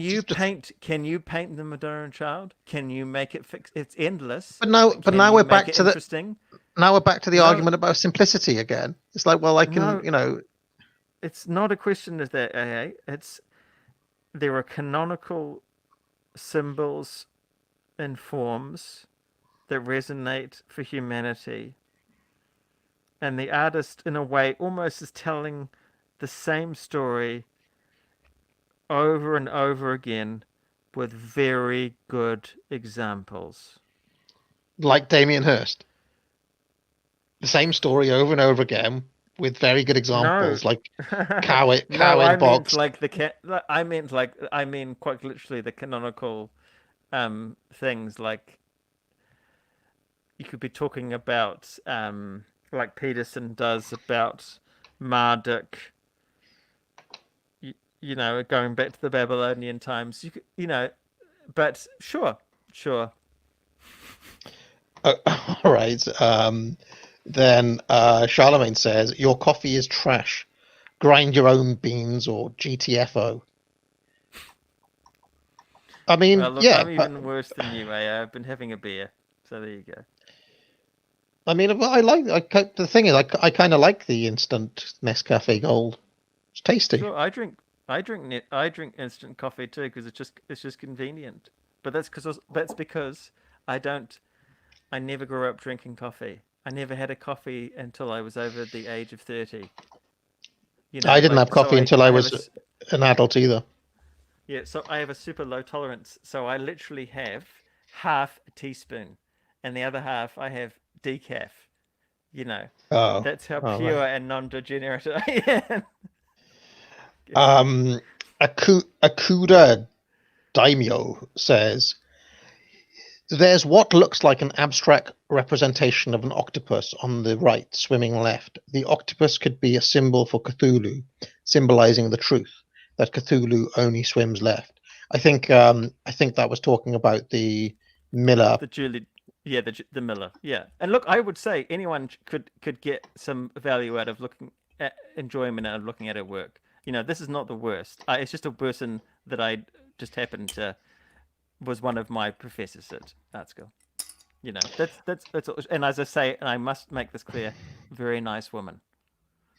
Jedi. But Not, yeah. anyway, sorry, carry on. But you see what I've been trying to get at throughout this stream is that, well, the thing is Yeah, I that just think it's a very, very weak position. It's the default position. no, The interpretation is like I just like no, when you had like the music and you're reading into all these different readings, and someone said this, for example, the Kinks, who I love, yeah, right? yeah. And someone said this is the death of the author, the stream. You know, it, But it wasn't those Kinks songs do evoke those readings, and the Duchamp's painting did evoke that. I mean, you couldn't look at the Duchamp's painting and say, "Oh, actually, this is a painting about the nature of the banana market in 1752," because it isn't. why not? It- Why not? No, why not? because Why it's not? not No, because literally. it's not pushing you that way. It's pushing you towards questioning the nature of meaning itself. Whereas the Manet that we looked at was pushing us to think about questions of reflection and perspective. And the Yeah. and the Miller one was pushing us to think about shipwrecks and demons, for example. No, it So wasn't. It wasn't pushing you to do anything. But like but the it difference is was that why that if it wasn't pushing us towards demons and shipwrecks, why did so many people in the chat say, "Oh, I see a ship"? We ended up talking about ships and not bananas. Is my point. no, with that form you could potentially have talked about bananas. As I said, I saw like a. It wasn't the first thing I saw. Your suggestion of that ship made other people see ships. Do you understand? No, Like, not actually, it wasn't you. no, It was they only other no they people. they You know. spontaneously arose with the ship. But hold on. The point I've been trying to make throughout this stream though is that you can never get away from, if you're going to say, well, there's some objective standard, you can never get away from saying, well, this is the standard, whether it's detail, whether it's realism, whether it's interpretive play. Does this make us have an interesting conversation? These are all just benchmarks. In the same way that In the same way, if you used to read PC Gamer magazine, they used to give games a rating out of 100. Do you remember? And they rated it Yes. out of gameplay, graphics, music, and whatever else it was. Those were the benchmarks. And in the same way, if you're trying to assess art and you're going to say, well, there's an objective standard, well, there has to be the objective standard. And maybe for some people, the standard is, well, how does this make me feel? For other people, it may be, what interesting things can we talk about with it? For somebody else, it might be, how realistic is it? And what I'm saying is, you really have to say, well, what is the standard? Otherwise, you cannot get away from it's all subjective. Yeah, probably. I would say I have sufficient imagination that I don't need crap art to stimulate my thinking, right? So that's why I only want things that are great, because all the other ideas that you had about, I can just read the Nietzsche. I don't need this thing to remind me of it, right? And I can think about that just walking down the street, and about my interactions with people, or about any of the other ideas that you talk about on the channel. I don't need that art to stimulate it for me. It's not necessary. Perhaps I'm the exception. Perhaps I am somebody who doesn't need those things to help make me navigate the world. Maybe I'm the odd one or the freak, or maybe I'm just not the dumb one. Like I mean, I don't know. I'm not saying you at all. I'm not suggesting you are dumb. I'm just trying to say I want something that I can't come to myself. Right? I want something that's actually enriching and ennobling, right? Something that actually reflects on the universe as it actually is. And for me, that's something that makes people something that makes me reflect on the moral aspect of how we're interacting with the world, right? Which is points that we're getting down to. But isn't that what we were doing though? When I was looking at the Duchamp and giving you the no, but and I giving already you had the that idea. I already had that idea because I've read the Nietzsche, so I don't need that. Waste of my time, right? all so right, and Jedi so have Knight. you. That's why it's not a that's why it's a false argument. You've already had that idea too. But also when we looked at the Manet, I've also seen Rashomon and thought about perspective too. And I've also thought about, I mean, all of those things that we talked about when we looked at the Manet, we could have done without looking at the Manet. So I don't see what the difference is. Anyway, I'll carry on. I'll carry on. What I love is in wrestling. There's something called a worked shoot, right? And I think slowly but surely over the course of this stream, I've been working a shoot, but I've kind of worked myself into believing the stuff I'm saying. You I play have. You have. I play devil's advocate so well. I've kind of red pilled myself on art. Jedi Knight Anakin No, Cringewalker says. no. You have blue pilled yourself on that. You have Right. blue pilled yourself on that. I see. Jedi Knight Anakin Cringewalker says, review a few Lebbeus Woods work. Ruin as beauty. Lebbeus Woods. Have you got time to look at one painting by this person? Yeah, sure. Okay. Lebbeus Woods. Let's have a look. Lebbeus Woods apparently is an architect. Okay. Here's when I searched for it, I got lesbians woods, X videos. Okay, so here's one by Lebbeus Woods. This is I assume this is one of the more famous ones because it's the first one that comes up. So there you go. It's kind of what are we looking at there? Like a mock for a potential building, like a false photo construction with mixed media drawn over the top of it with like a sculptural element. It looks like, right? It doesn't look like it's totally two-dimensional. It looks like, or is that just an illusion? Is this the whole picture? Is it pictures within pictures? It could be. I'm not familiar with the sky. What I'm seeing is the looming threat of globo homo that dominates all our lives, rising out of the sea, and there's nothing we can do about it. Well, you've got that on the brain. This is the Matrix. And so do I, but Even I don't see that. No, I But mean my maybe. my point is though, Rude, is that okay? Let's say these things But the are Manet on. is. It's not maybe dealing with Wait, wait, wait, reflections wait, and wait, perspectives. wait, It wait is a dealing with second that, though. and everyone can get it.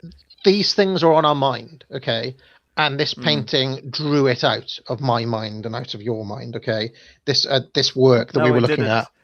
right? It did not draw it out of my And mind. the reason is because artists are in touch with the zeitgeist and what's in the ether. Even if they're not aware of it, they can feel something in their bones, and they make the artwork, and then we get that from the artwork. It taps into something. So this is talking to me in this way at this time, and maybe in a different time and place it wouldn't draw those things out because that zeitgeist is lost, something like this. I don't know. Yeah, you don't know exactly. I don't, I don't. um Red Fox Moon says you should do another stream with Daddy Sargon before he goes completely corporate.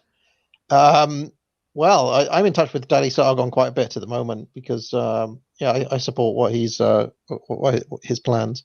um Perhaps you Christian should team says, up with Daddy Sargon. we may well be doing. We may well have made a little deal about. He Uh-huh. may well be on the course of shilling the course. I Uh, sniffed a little bit of that. Absolutely.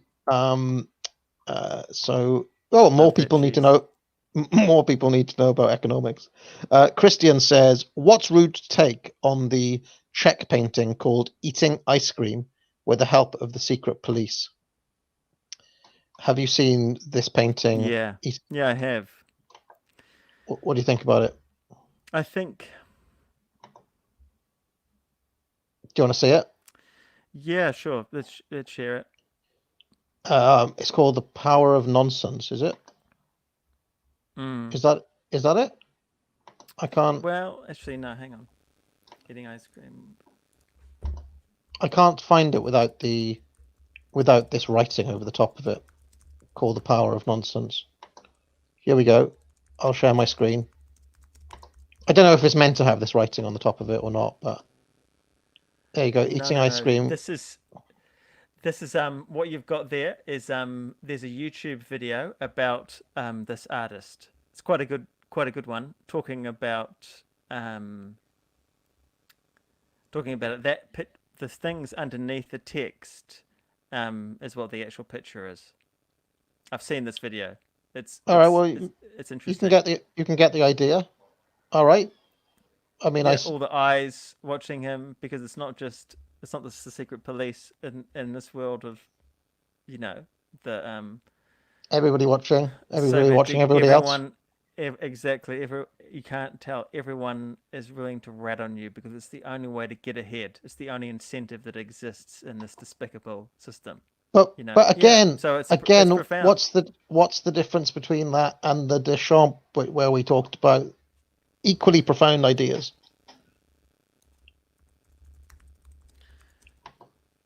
I'll carry Because on. Charlemagne I'm just going to says, say the same thing again. I'm just going to say the same thing again, which is literally that it's the work well, it just is seems doing that that without you don't have to think. but You don't have some to. You don't. people, some people might say, well, you just need more prompting than I do. You can say, well, that's your preference. That you need a stronger prompt. You need it to be a bit more blatant. No, Whereas, no. It's not even slightly like that. I can get all that shit too, right? But because but it's I realize that it's not there. Like I've made art, right? I saw how easy it was. You put how it works for the art school is you make art, right? And you put stuff up there, and people in the and they're all gonna say some of these things, mostly that you didn't even intend, But if you're canny, right, you go, oh yeah, I meant that, but it sounds good. Do you understand? And that's the bullshit deal with that picture by Duchamp, right? They just go, oh yeah. Con.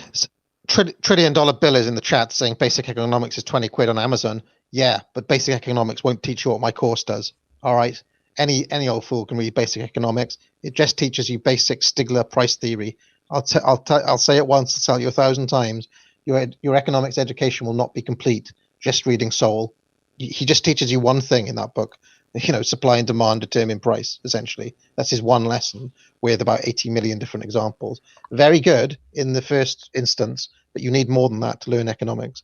And I did notice that Zach in the chat has said, got an opinion on Keith Woods's Whence Capitalism. And I watched that video last night, and it's just basic Marxism, and there's no reason to rebut his point. I'll just say very quickly, though, he does make a straw man argument, which is that the story that Austrians, for example, tell about the origin of money, or about the barter economy, or about the Robinson Crusoe economy, are not meant to be historical explanations for the origin of capitalism or markets or money or any of those things. They are hypothetical mental constructions to determine causal relationships. That's all it is. It's a method called ceteris paribus, and you can see David Hume doing this, who Woods mentioned quite a few times. They're not saying this is actually how it went down. Even Hobbes and Locke are not saying this actually happened, that there was this thing called the state of nature. They were trying to determine analytically what is the causal direction. That's all they were saying. So it is complete bunk to say, oh well, we look at history and this didn't exist or that didn't exist, because that's not what they were doing. And Woods, as somebody who has studied philosophy, should know that. Okay, so I will carry on. Charlemagne says, debating aesthetics is pointless because nobody cares. If you want art to be a certain way, you have to make it yourself or pay for it. Simple as. Anything to say about that? Yeah, I think there's some truth to that. So I don't have a problem with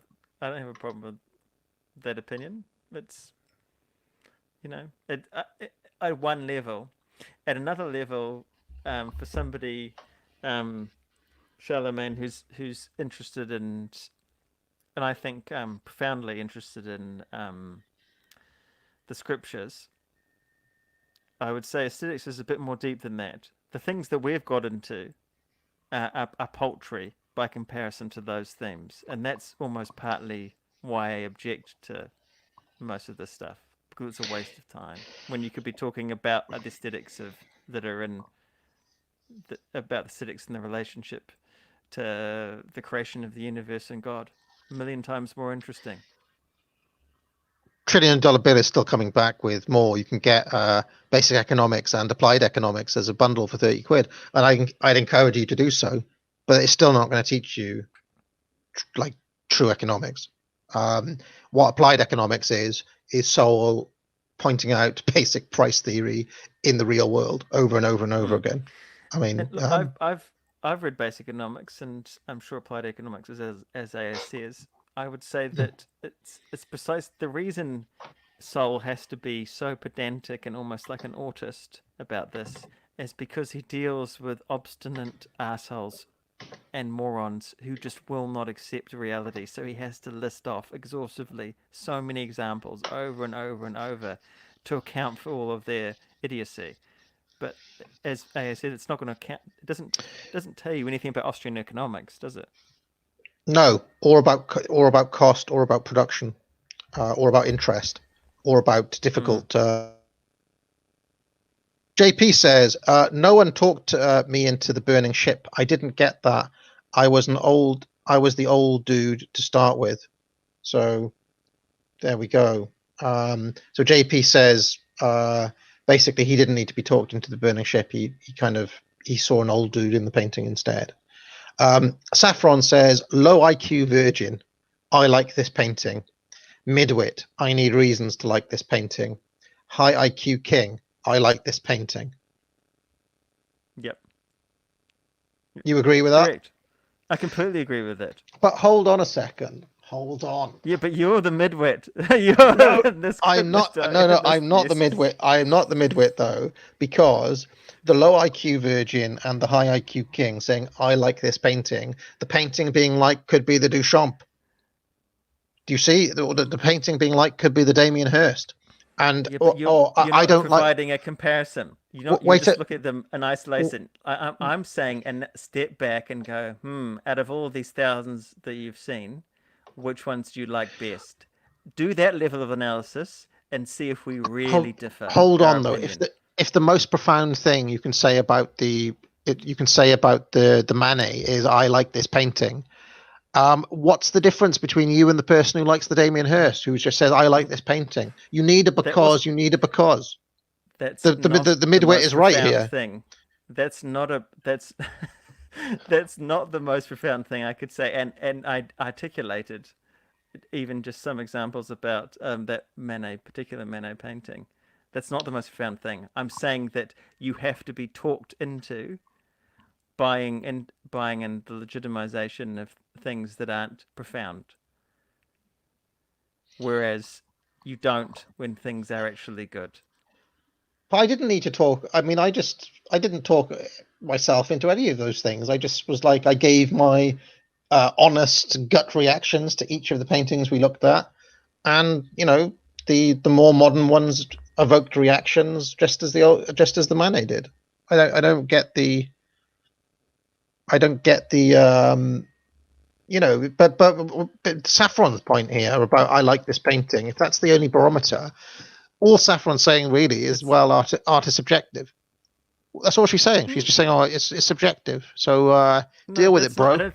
Well, I don't think that's exactly what you're saying. But if that is what you're saying, then fine. I think what you're saying is that that initial instinct that tells you whether that response that you have to something is valid, and you know everything else that makes you have to talk yourself into something why something's okay or or more interesting than something else like that is cope. That's I think is more what the point was, but I But could be wrong. what about the person who's honest? Like, okay, let's take it to the world of film. Okay, you have a child of 12. Okay, who honestly watches Harry Potter and the Order of the Phoenix or whatever it's called, and says honestly, in my heart of hearts, I think this is the best film I have ever seen. I like this film. Yep, but Now, I can tell there's you, no on on. I was a 12-year-old, and I wouldn't have liked Harry Potter. I Right, could still okay. tell the difference. Now listen. This is really crucial, important. I could still tell the difference. I watched Star Wars as probably you did actually, considering how sheep-pilled Yeah. you are. You know, I watched Star Wars before I was 10 years old, over 30 times, right? So, but I didn't. But I could also see by the time I was 12 that other things were better than it. That other things were more profound. That there was another more profound, more adult world, right? Of ideas. So the fact that this child is still 12, right? Or worse, 18 and even reading Harry Potter, say, right? And can't tell the difference. Hmm. That's a reflection of their deficiency, right? That's But not cope. That's you're not a you. talking into it. I'm Here's the saying I problem. can see more. That Here's the problem, though. On Saffron's barometer, you're the midwit because you're saying, "Oh, I can see more," whereas her barometer is, "I like this." Oh, I like this. I like Harry Potter. End of discussion. It's the midwit to say who needs to give reasons for it. I like no, so on I'm not. on I don't Saffron's need to give barometer, the reasons. 12-year-old kid is right in thinking Harry Potter is the best film of all time. I'm just trying to draw out the logical conclusion of the high IQ take being I like this painting. And the logical conclusion is it leads you to a point where you say a 12-year-old thinking Harry Potter is the best film ever It's is just as valid. is just as valid as Brian Sewell in front of Madonna and Child. So let's carry on. I mean, maybe she can pop back up to explain what she meant. But I actually think that that is the natural conclusion. The natural conclusion is Saffron is the 12-year-old kid who just says I like Harry Potter. Owain says, and apparently that's the high IQ take. So you be the judge. Owain says art is ergonomic. The same issue in modern art exists in modern architecture. The way it interfaces with the person is hostile. What about that idea that there's hostility in modern art? I think there's some truth to that because, sorry, let me get close to the mic. I think there's some truth to that, but as you've said, partly because the function of art and painting changed, partly because of technology, right? Because of photography, and much more so because of cinema, right? It captured the public's attention in a way that painting never has, you know, to the public. So it felt a need to be aggressive, you know, and draw attention, but in a narcissistic way. It's even more narcissistic in the case of architecture because at least a painting you can walk away from it, you know. With architecture, it invades your life, you know. It's Charlemagne says the greatest works of art and modernity are produced by Heckler and Koch. he means the inventor of the MP5 submachine gun. I H see. and K. I see. Okay. Very interesting. Look, But I mean, Charlemagne even there has made a profound comment on the on the modern world we live in. Geoman says yes, drinking. He has. Geoman says drinking hot instant coffee is better than making it frappe. Oh, sorry, True. drinking hot instant coffee, sorry, is worse than making it frappe. So he's Oh. being a coffee supremacist.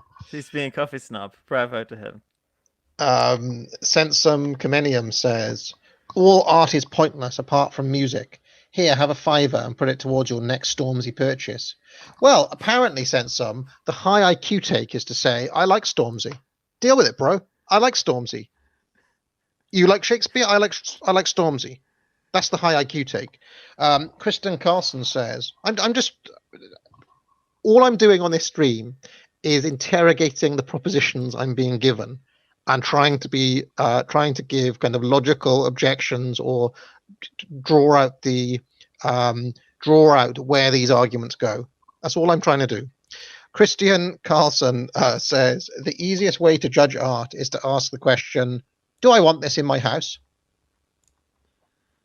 Well, I mean, that's not a very easy question. I don't know if you're married, Christian Carlson, but if I wanted to bring that Duchamp back and stick it on the sitting room wall, I would have to try to persuade Mrs. AA that she wanted that there, and she's got her own. She's got her own paintings there. She's got an artist that. In fact, we've got several artworks, and it would involve taking down hers and putting that there.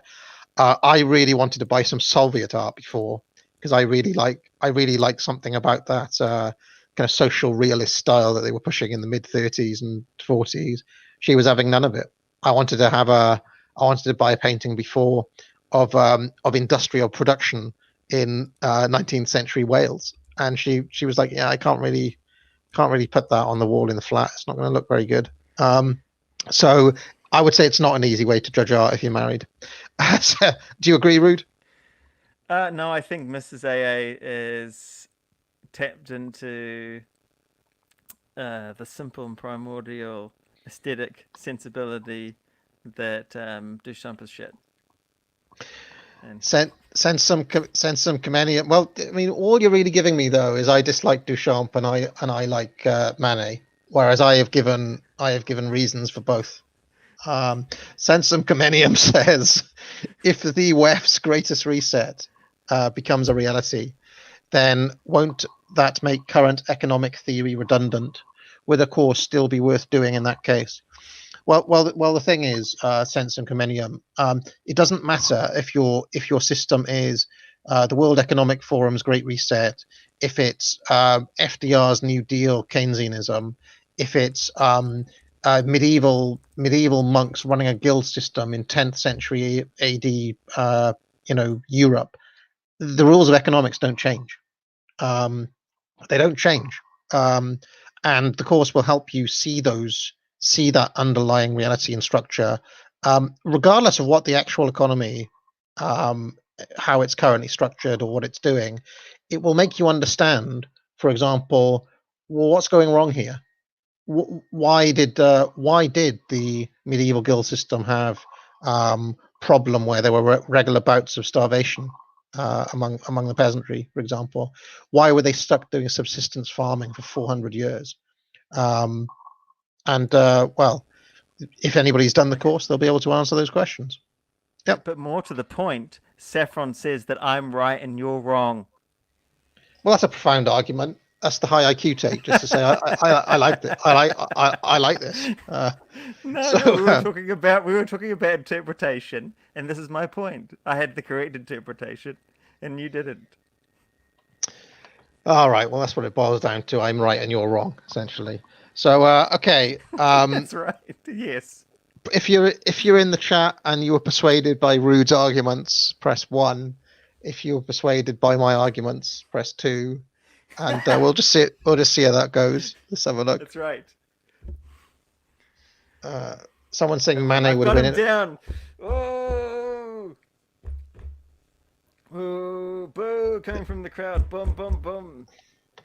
It seems like there's a bit of a. Oh, he's lifting an elbow. Hey, he's lifting an elbow. There's quite a few. There's quite a few ones and quite a few twos, and a lot of sitting up. Even. Quite a few. Okay. Ben Gale, I'm just simping for number 2. I'm just simping for AA. Good. All right. Well, thank you. Thank you very much. Oh, Sensum Comenium has just come in, says, but the main goal of the Great Reset is allegedly wealth distribution. Isn't that just theft? Is theft an economic model? Well, the thing is that economics, as I teach it on that course, is just a value-free tool to help you analyze things. I don't really get into the morality of whether wealth distribution is theft or not theft. What I could tell you is a model of perpetual wealth redistribution will probably lead to economic ruin. A pretty good example is that video I just made on Haiti, where they essentially adopted a model of distributism, where in each generation, anybody with land holdings had to split the land holdings evenly between their kids. What that led to over time was, land holdings becoming smaller and smaller with each generation. So the original landowners back in the days of French slavery would have, the plantation would have been 300 hectares. Whereas today, the average Haitian peasant has something like 0.75 hectares, because with each generation, their holdings become smaller, which then destroys your ability to have economies of scale. It destroys your ability to do crop rotation, and it leads to one of the least productive places in the entire world. So, and that's as a result of wealth distribution. You don't even need a moral or value argument to show the outcome. If the goal is greater productivity, distribution is a poor method of doing it. So there we go. All right, I think that'll do. I hope people enjoyed Deepest Law, and can we just share my screen? Can we go on? Oh yeah. So this is you calling out John D. You're saying, is John D willing to face you? No, this is just me showing a real work of art. This is what a real sexy man looks like. It's supposed to. It's what a man is supposed to look like, John D. Yeah. But anyway, what I just wanted to say is that I counted up the numbers, and it's 11 to me, 10 to you. Oh, and William C coming in, that makes it 12 to me, 10 to you. I win. Boom. Look at that. Rick 12. Get out. 12 votes for I like this. All right. Bye, everyone.